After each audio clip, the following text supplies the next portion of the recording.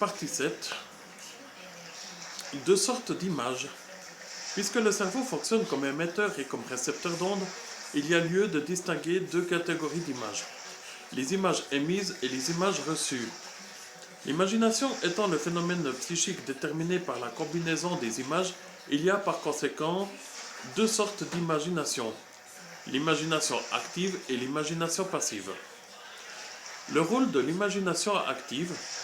L'imagination active est la faculté de faire apparaître par la volonté des représentations internes, de les associer suivant une finalité. C'est par elle que le littérateur construit ses romans, l'artiste établit sa composition musicale ou son sujet de peinture, le savant prépare ses travaux de laboratoire et combine ses opérations mathématiques. Elle est la source de la compréhension des phénomènes, de la création, de l'évolution du moi. Elle est la base du jugement, de la formation des idées et d'un grand nombre de phénomènes mentaux. L'imagination active embrasse tout un monde. L'imagination passive conduit au supranormal.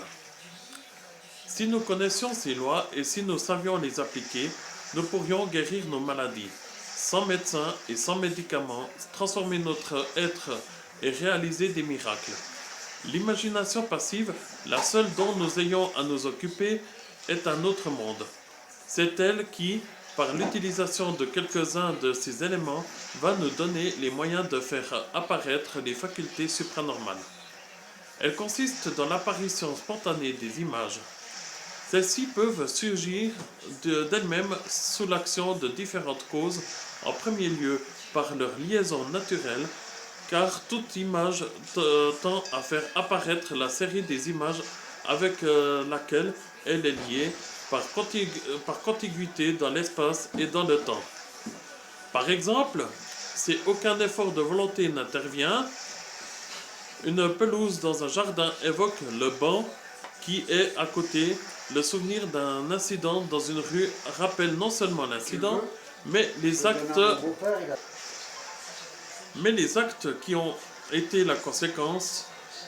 Les images se réveillent ainsi les uns les autres, de proche en proche, se groupent en raison de leur intensité et de leur affinité et constituent des scènes plus ou moins cohérentes, qui embrassent tout le champ de la conscience si aucun phénomène objectif n'intervient. C'est ce qui se passe dans les rêves dont la cause principale est le jeu de l'imagination passive. Une autre cause de l'apparition spontanée des images est fournie par la télépathie. Dans certaines conditions psychiques, l'image émise par une personne étrangère nous impressionne, elle se mêle alors à nos propres images et crée une liaison spontanée dans les deux subconscients. C'est la raison d'être de certaines intuitions, de pressentiments, de perception des ambiances, de cas de double vue, de transmission de pensée et autres phénomènes anormaux.